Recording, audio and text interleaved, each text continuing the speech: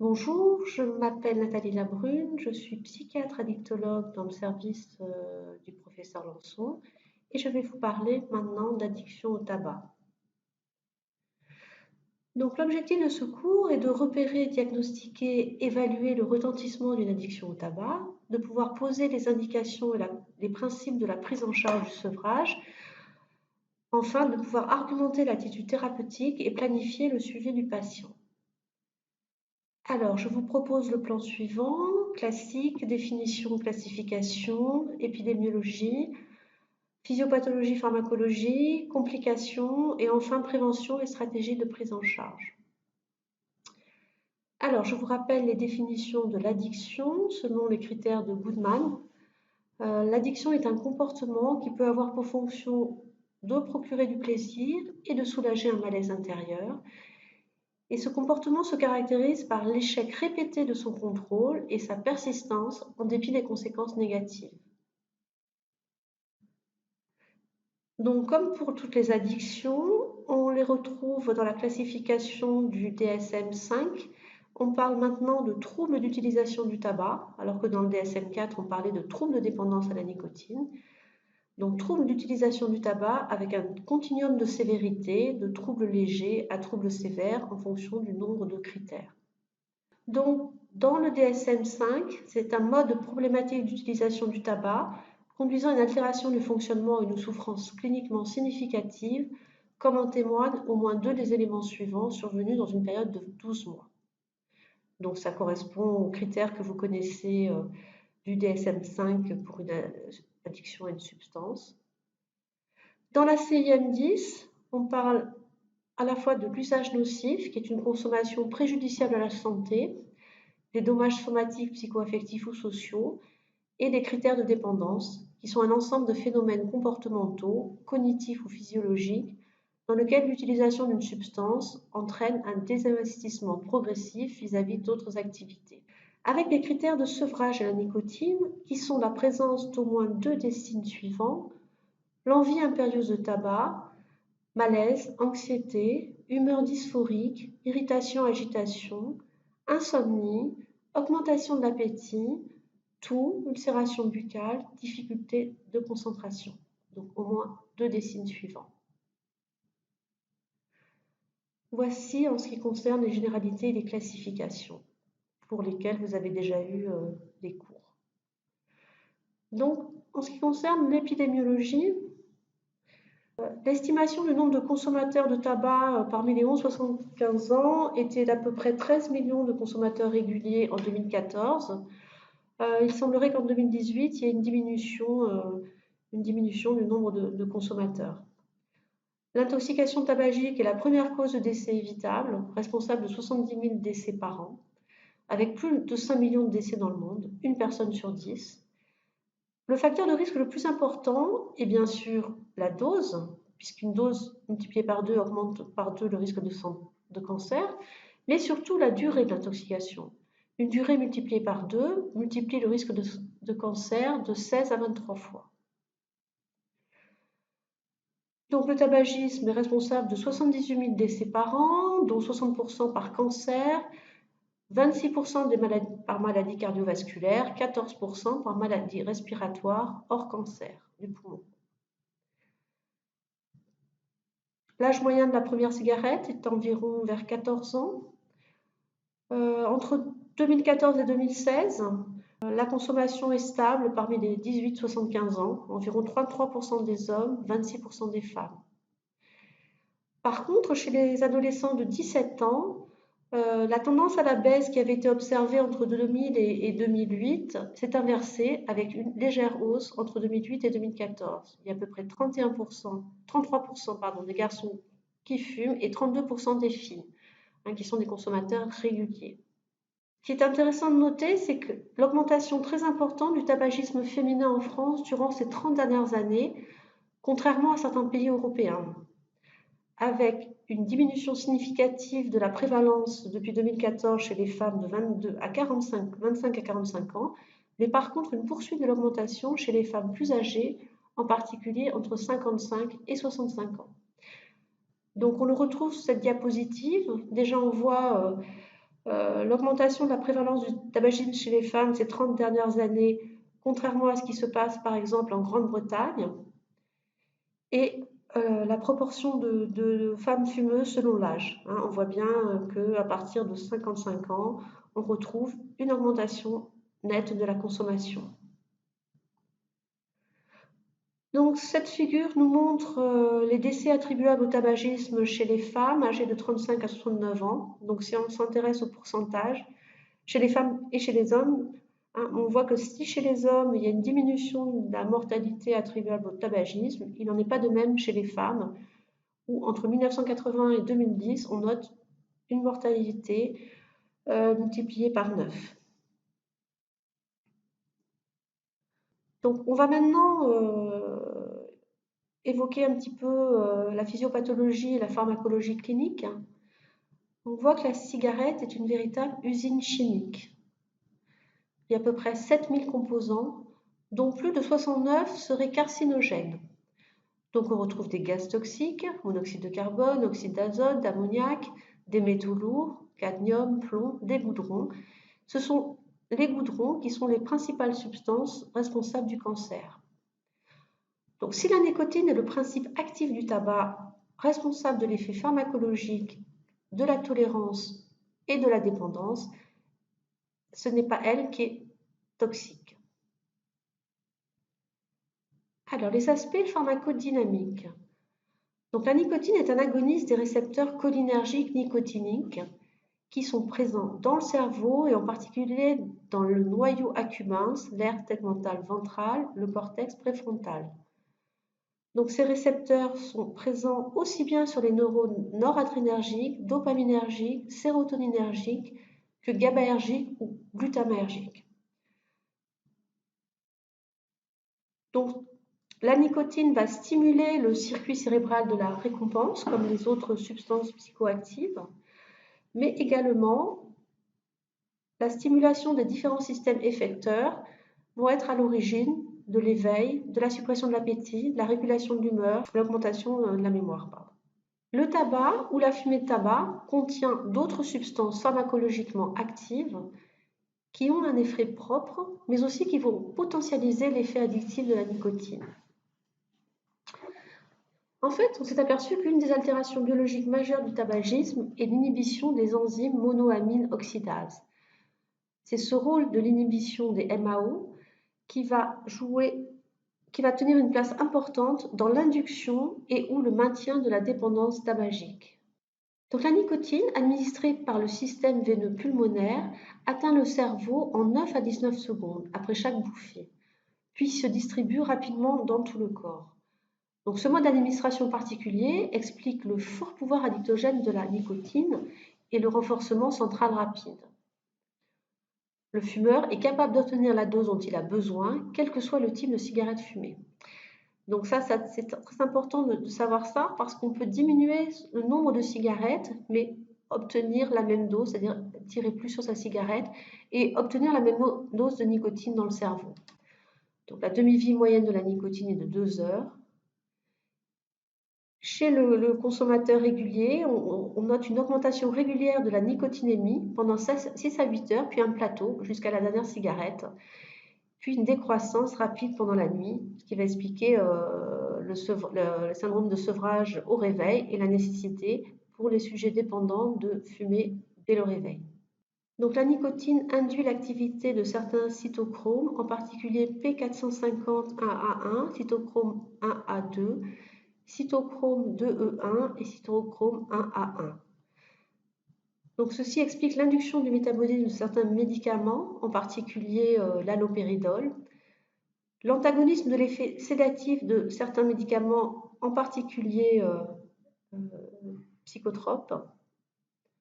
Hein, et c'est pour ça qu'on retrouve par exemple chez les patients schizophrènes des dépendances très fortes au tabac pour diminuer l'effet sédatif des antipsychotiques.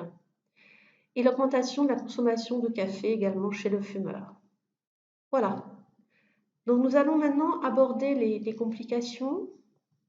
Donc tout d'abord au niveau des complications néoplasiques, il y a 25% de néoplasies qui sont dues au tabac et en priorité les cancers bronchopulmonaires dans 80% des cas, les cancers épidermoïdes de l'œsophage, les cancers de la vessie, les cancers oropharyngés, les cancers du larynx, du pancréas, du rein, du sein, du col de l'utérus, de la prostate.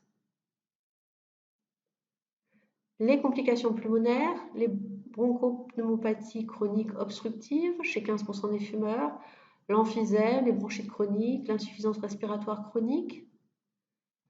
Les complications cardiovasculaires avec un risque d'infarctus du myocarde multiplié par 3, une artériopathie oblitérante des membres inférieurs, l'hypertension artérielle, l'anévrisme de l'aorte abdominale, les accidents vasculaires cérébraux. Donc on trouve également une augmentation significative et une précocité des pathologies cardiovasculaires chez la femme, avec un risque de maladie coronaire supérieur à 25% et une prise de conscience du risque plus faible et une prise en charge médicale insuffisante. Donc là, on voit sur cette figure l'évolution annuelle des taux de patients hospitalisés pour infarctus du myocarde selon le sexe. Et on voit qu'entre 35 et 64 ans, il y a une surreprésentation des femmes par rapport aux hommes. Donc les complications dermatologiques, l'acné sévère, donc ça c'est important parce que c'est moins connu que les complications néoplasiques et pulmonaires, mais en particulier ça peut avoir un impact sur les adolescents dans la prévention ou l'arrêt précoce de la consommation. Le vieillissement cutané, la sécheresse de la peau, la coloration des ongles, la coloration et le déchaussement des dents, les parodonties, la polyglobulie, polynucléose, la diminution de la fécondité, la ménopause précoce, le risque de grossesse extra-utérine augmentée, de fausses couches, d'accouchement prématuré, d'écollement rétroplacentaire, de retard de croissance in utero. Donc voilà un petit peu les grandes complications dues à l'usage du tabac. Donc maintenant, nous allons aborder la dernière partie de ce diaporama, la prévention et la prise en charge. Donc la prévention doit impliquer tous les professionnels de santé dès l'âge scolaire dans la prévention et à l'arrêt du tabac. Donc il y a différentes sortes de stratégies de lutte. Ça peut être la modification de l'environnement de l'individu, en particulier ce qu'on voit ces derniers temps, le prix, l'augmentation du prix des paquets de cigarettes, l'accessibilité, la réglementation de l'usage, l'offre de soins. Ça peut être le changement de comportement avec l'information, la communication, l'éducation pour la santé, des mobilisations collectives et plein d'autres choses. Au mois de novembre, il va y avoir le mois sans tabac avec des mobilisations collectives pour informer des risques du tabac et proposer des prises en charge adaptées.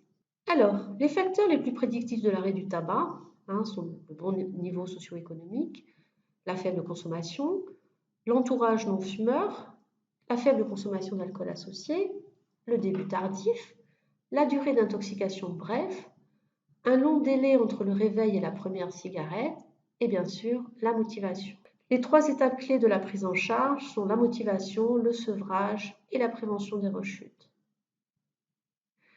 Alors, la prise en charge débute par une évaluation initiale qui va à la fois évaluer la dépendance, la motivation à l'arrêt, l'évaluation des pathologies psychiatriques et somatiques associées et des autres consommations. Le volet psychothérapeutique est très important avec des entretiens motivationnels, des psychothérapies de soutien, des thérapies cognitivo-comportementales et enfin nous aborderons les traitements pharmacologiques. Donc en ce qui concerne l'évaluation initiale, on évalue le degré de dépendance, le stade de motivation, on recherche les autres consommations, en particulier alcool, cannabis, et l'existence d'une pathologie psychiatrique, en particulier anxieuse ou dépressive. Alors, pour évaluer la dépendance, on peut utiliser le test de Fagerström, qui comporte 6 questions et qui va, en fonction du score, définir peu ou pas de dépendance, une dépendance moyenne ou une dépendance très forte. Donc, ce test de Fagerström peut nous aider à évaluer la dépendance. On peut utiliser aussi le dosage du CO expiré, qui va refléter la consommation des heures précédentes et qui va pouvoir nous aider à entretenir la motivation du patient. Alors, le monoxyde de carbone expiré est une méthode simple, rapide et non invasive, mais c'est un marqueur non spécifique du tabagisme qui va en fait nous renseigner sur l'intensité de l'inhalation de la fumée de tabac.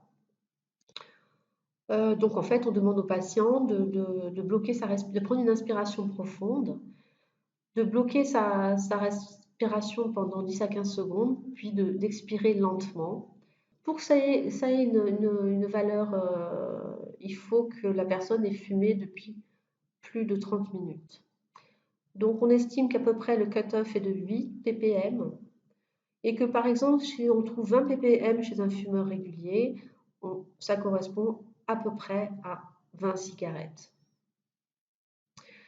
Donc il faut savoir que certains facteurs susceptibles de modifier la mesure du CO expiré, tels que des facteurs physiologiques, des faux positifs, donc il faut demander à la personne si elle boit de l'alcool ou si elle a des bonbons riches en polyol, qui peuvent modifier ces taux de dosage de monoxyde de carbone expiré. Et enfin, certaines pathologies comme l'anémie hémolytique, le diabète, l'asthme, la dilatation des bronches.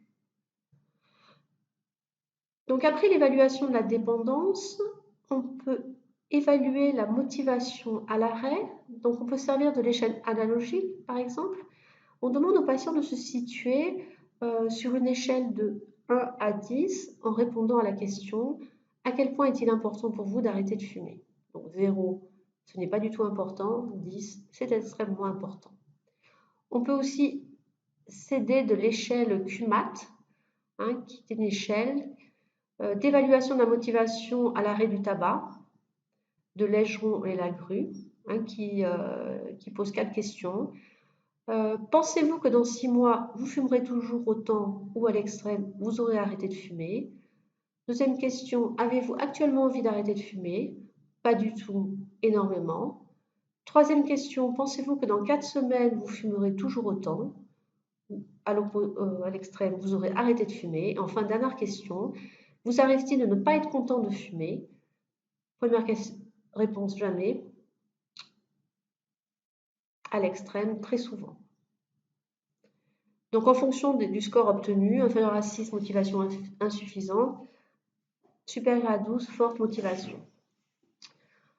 Enfin, il existe un test qui s'appelle le test de Horn qui va essayer d'évaluer l'effet recherché dans la consommation de tabac. Si c'est plutôt la recherche de stimulation, de plaisir du geste, si c'est pour se relaxer, si c'est un soutien en cas d'anxiété, si c'est un besoin absolu, si c'est une habitude acquise.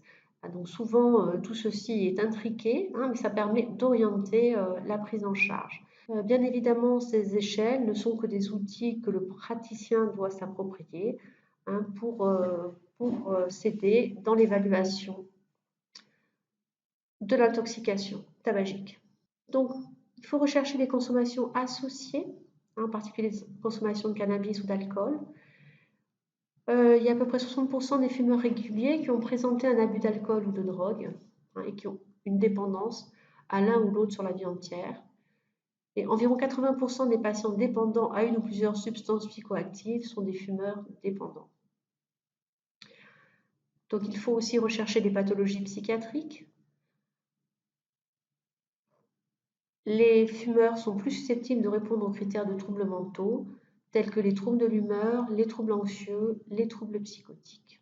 Parce que les personnes souffrant de troubles mentaux ont 2 à 3 fois plus de risques d'être dépendants de la nicotine que la population générale et ont également un risque plus élevé de développer des affections somatiques liées au tabac. Il existe bien sûr souvent d'autres facteurs de risque cumulés et le risque de dépendance est plus important. Donc on a vu l'évaluation initiale, l'accompagnement psychothérapeutique est fondamentale à toutes les étapes de la prise en charge. Tout d'abord l'entretien motivationnel, mais vous avez déjà eu un cours sur l'entretien motivationnel. Je vous rappelle juste sa définition. C'est une méthode de communication directive et centrée sur le client, utilisée pour augmenter la motivation intrinsèque au changement par l'exploration et la résolution de l'ambivalence. Donc pour y parvenir, schématiquement, il faut pouvoir manifester l'empathie, explorer l'ambivalence sans forcer la résistance, en évitant l'affrontement, renforcer le sentiment de liberté de choix, renforcer le sentiment d'efficacité personnelle, lister, évaluer et travailler contre les craintes à l'arrêt. Alors voilà, je vous rappelle ce modèle transthéorique du changement de Prochaska et Dick Clement. Il y a au départ le consommateur satisfait, qui est content de fumer, qui n'a absolument pas envie d'arrêter. Puis le fumeur qui envisage de changer son comportement. Donc on stade de l'intention de décider de changer ce comportement, la préparation pour essayer de changer, la mise en place d'actions de changement, le changement du comportement de consommation et là, le maintien dans l'abstinence ou alors la rechute et on retourne dans la boucle du modèle de changement. Donc à chaque étape, il va y avoir une action proposée, une action thérapeutique. Par exemple, ceci est bien sûr très schématique, au stade d'indétermination, c'est le fumeur heureux, on peut essayer de lui apporter une information qui ne doit pas être culpabilisante, lui suggérer des possibilités de changement, essayer de faire naître le doute. Au stade de l'intention, on va l'aider à créer une balance décisionnelle, les effets positifs, les effets négatifs. On va présenter les possibilités de changement de façon plus pratique et on va l'aider à se préparer. Au stade de détermination, on peut l'aider à planifier un programme d'action. Au stade de l'action, on va proposer un accompagnement psychothérapeutique au sevrage. Au stade de maintien, on va l'aider à identifier et utiliser des stratégies de prévention de la rechute. Et enfin, si le patient rechute, on va l'aider à retourner au stade d'intention en évitant la culpabilité trop importante. Donc les thérapies cognitivo-comportementales également jouent un rôle essentiel dans les actions individuelles d'aide d'arrêt au tabac. Elle doit se faire pendant les diverses phases de l'évolution de la dépendance tabagique. Donc elle repose sur l'analyse fonctionnelle du comportement du fumeur en augmentant l'efficacité personnelle et l'estime de soi.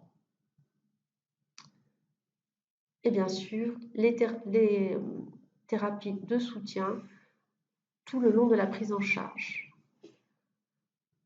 L'accompagnement est très important, en particulier les consultations de suivi et la prévention de la rechute. Alors, les consultations de suivi ont pour objectif de vérifier l'efficacité de la stratégie mise en place. Existe-t-il de fortes envies de fumer? Dans quelles circonstances? Comment la personne gère-t-elle ses envies de consommer du tabac? Cette consultation de suivi permet de vérifier la bonne tolérance des traitements prescrits.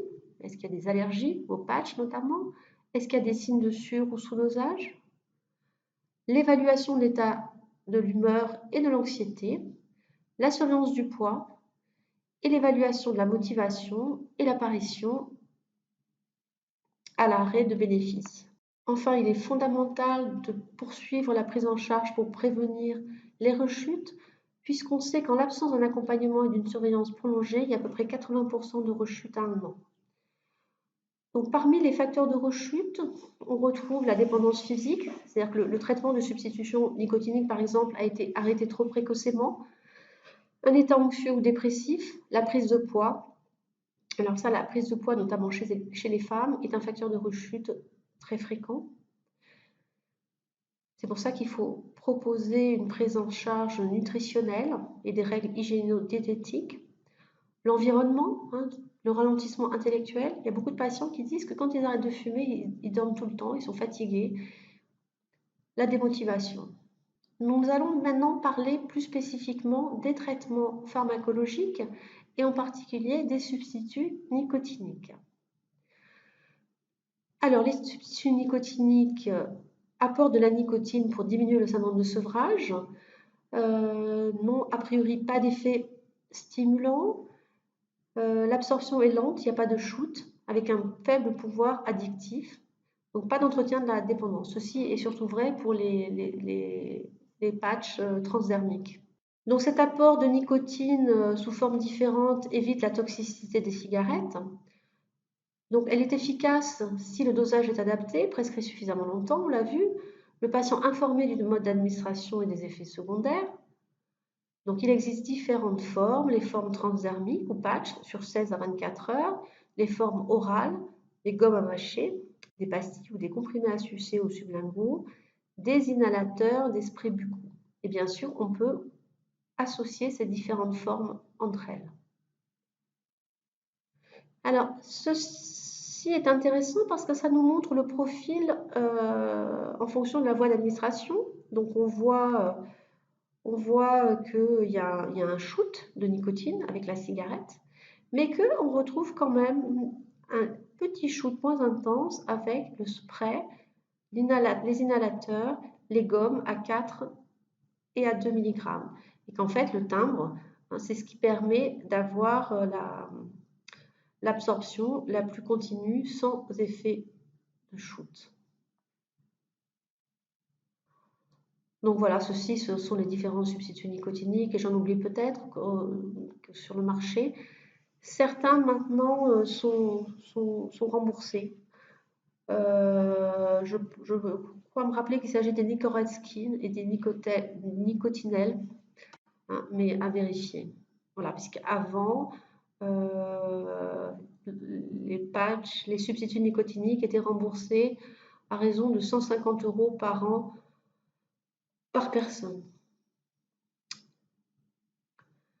Donc les effets indésirables de la nicotine peuvent être des effets systémiques, palpitations, étourdissements, céphalées, surtout nausées, inconfort digestif, hoquets, vomissements, insomnie.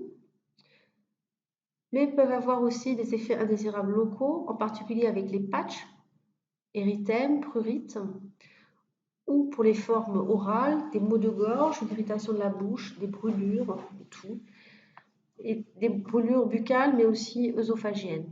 Alors, en pratique, quel dosage prescrire pour commencer?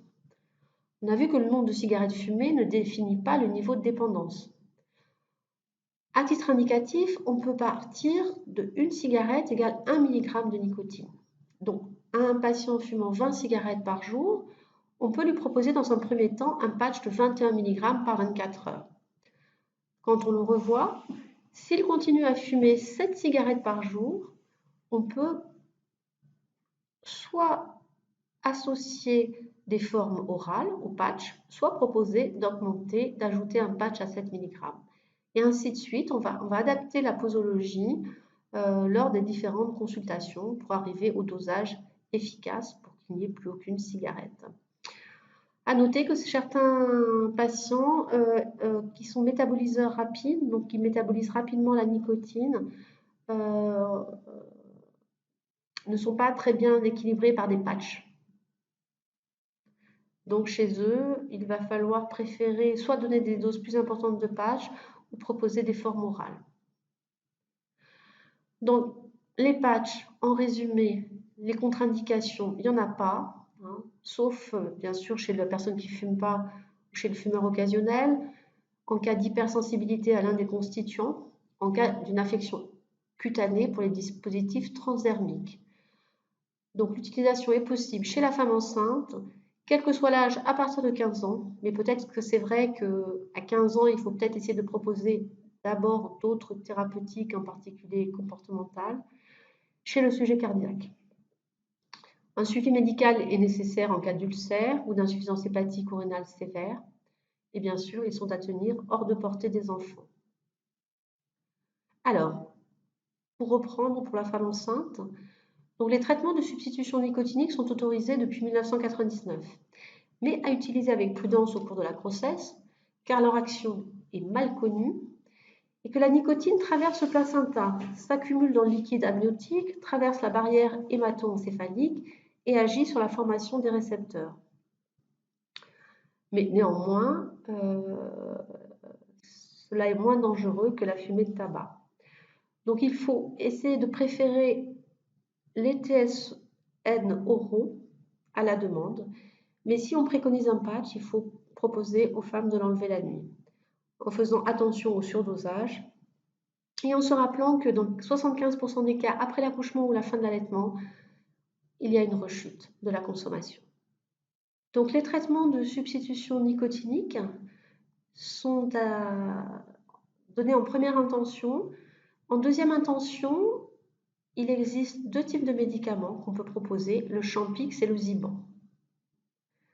Alors le Champix ou la varénicline est un agoniste partiel, donc il va supprimer les effets de manque et de sevrage, mais aussi un antagoniste partiel qui va réduire les effets de plaisir liés à la cigarette. Donc la durée du traitement est de 12 semaines, mais on peut le donner 12 semaines supplémentaires pour consolider l'abstinence. Donc les contre-indications sont allergie, grossesse et allaitement, insuffisance rénale sévère. Les effets indésirables sont essentiellement nausées, céphalées, rêves anormaux, insomnie, rhinopharyngite. Voilà, mais plus rarement, mais plus grave, des épisodes dépressifs caractérisés, comportements suicidaires, une hostilité, une agitation. Il n'existe pas d'interaction médicamenteuse connue à ce jour, mais en raison de l'effet inducteur du tabac sur le cytochrome 1A2, il va falloir, en cas de prescription du Ziban, surveiller les variations plasmatiques de certains substrats de ce cytochrome dus à l'arrêt du tabac et ajuster la posologie. Il ne semble pas exister d'augmentation des risques d'événements neuropsychiatriques graves par rapport au patch et au placebo. L'autre médicament est le Ziban, qui lui est un inhibiteur sélectif de la recapture de la noradrénaline et de la dopamine, qui va diminuer les symptômes de sevrage et dont la durée du traitement est de 7 à 9 semaines. Ces contre-indications sont l'insuffisance hépatique sévère, les tumeurs cérébrales, l'épilepsie et tout traitement qui abaisse le seuil épileptogène, les troubles bipolaires, l'anorexie, boulimie, le sevrage alcool ou benzodiazépinique de moins de 6 mois, les IMAO, la grossesse. Les effets indésirables sont la bouche sèche, des nausées, des réactions cutanées ou allergiques, une insomnie, une angoisse, des vertiges, des céphalées, des épisodes dépressifs caractérisés, des comportements suicidaires, des convulsions, une hypertension artérielle, un infarctus du myocarde. Une étude est parue dans le Lancet en 2016 comparant l'efficacité de la varénicline, du bupropion versus patch nicotinique et placebo chez des fumeurs avec ou sans troubles psychiatriques. Donc, cette étude sur une cohorte assez importante ne semble pas montrer une différence significative d'apparition d'effets indésirables sous varénicline ou bupropion par rapport au patch nicotinique et au placebo. Et l'efficacité semble être en faveur de la varénicline, qui était plus efficace que le placebo, que les patchs nicotiniques et que le bupropion pour aider les fumeurs à rester abstinents, et que le bupropion et les patchs nicotiniques sont plus efficaces que le placebo. Donc, cette étude comporte des biais, en particulier un biais qui est l'absence de pouvoir modifier la posologie des traitements de substitution nicotinique, puisqu'il y a uniquement des patchs nicotiniques à un seul dosage, mais est intéressante parce qu'elle peut être, même chez les patients qui ont des troubles psychiatriques, en cas d'échec des traitements de substitution nicotinique, une autre possibilité thérapeutique sous surveillance, bien sûr. Donc voilà, ceci reprend l'efficacité de la varénicline, du bupropion, nicotine et placebo. Et l'efficacité est similaire que les patients aient des troubles psychiatriques ou pas. Enfin, avant de terminer ce diaporama, un petit mot sur la cigarette électronique. Alors, ce que l'on sait sur cette cigarette électronique, c'est qu'elle permet la diffusion de nicotine dans les voies respiratoires. Donc, c'est un dispositif à batterie qui dispense un mélange de propylène glycol, de nicotine, d'arôme et de glycérol, la glycérine végétale, propulsé sous forme de vapeur et inhalé par l'utilisateur. Différentes marques, différents dosages de nicotine sont commercialisés, hein, allant de 0 à 20 mg par millilitre. Ces cigarettes électroniques ne sont pas indiquées actuellement dans le sevrage tabagique, donc ne sont pas vendues en pharmacie, n'ont pas d'AMM et échappent à la fois à la réglementation sur les médicaments et au contrôle applicable aux produits du tabac. Donc la FSAPS ne recommande pas d'utiliser ce produit, la nicotine étant une substance classée très dangereuse. En l'absence de réglementation et d'encadrement de son utilisation, et le risque d'exposition cutanée ou orale accidentelle avec des effets indésirables graves, notamment chez les enfants, et un doute sur le risque d'induire une dépendance. L'OMS ne préconise également pas l'utilisation de la cigarette électronique en raison de l'innocuité et l'importance de l'apport nicotinique non établi et l'absence de données scientifiques pour valider son efficacité pour le sevrage, l'ensemble de dangerosité au niveau des poumons et l'absence de risque de dépendance. La dose d'étal de nicotine est de 30 à 60 mg pour un adulte, donc 10 mg pour un enfant. Donc attention effectivement pour ceux qui utilisent la cigarette électronique de ne pas laisser traîner les recharges. Les effets indésirables sont les irritations de la bouche, nausées, maux de tête, toux sèche. La vapeur de ces cigarettes électroniques contient des substances toxiques, formaldéhyde, acétaldéhyde, acroléine, toluène, N-nitrosonornicotin, cétonnitrosamine, substances qui sont toxiques, mais moins toxiques effectivement que la fumée de cigarettes, 9 à 450 fois moins toxique. Donc l'HAS, l'Haute Autorité de Santé, ne préconise pas l'utilisation de la cigarette électronique, mais chez les personnes qui ont commencé la cigarette électronique et qui sont en train de réduire leur consommation de tabac, il ne faut pas les en dissuader. Donc des méthodes qui sont non validées par l'HAS selon les recommandations de 2014, mais qui peuvent être utiles, c'est comme pour la cigarette électronique, ne pas dissuader les patients qui les utilisent et qui arrivent à diminuer leur consommation de cigarettes, l'hypnose, l'acupuncture, le laser, la méthode Alan Carr, la mésothérapie, l'auriculothérapie et sûrement bien d'autres méthodes. Voilà, en conclusion, le tabagisme est un problème de santé publique, comme on le sait, avec une insuffisance de la prise en charge dans les services de psychiatrie et une absence de formation des personnels de santé. Beaucoup de personnes pensent encore qu'on ne peut pas fumer une cigarette alors qu'on a un patch. L'accompagnement psychothérapeutique dans la motivation, le maintien et la prévention de la rechute est indispensable tout le long de la prise en charge. Les traitements de substitution nicotinique restent les traitements de choix en première intention. Enfin, il existe, en cas d'inefficacité de ces traitements de substitution nicotinique, d'autres possibilités médicamenteuses en seconde intention qui semblent ne pas avoir plus d'effets secondaires que les patchs et le placebo. Je vous remercie de votre attention et vous souhaite une bonne fin de soirée. Au revoir.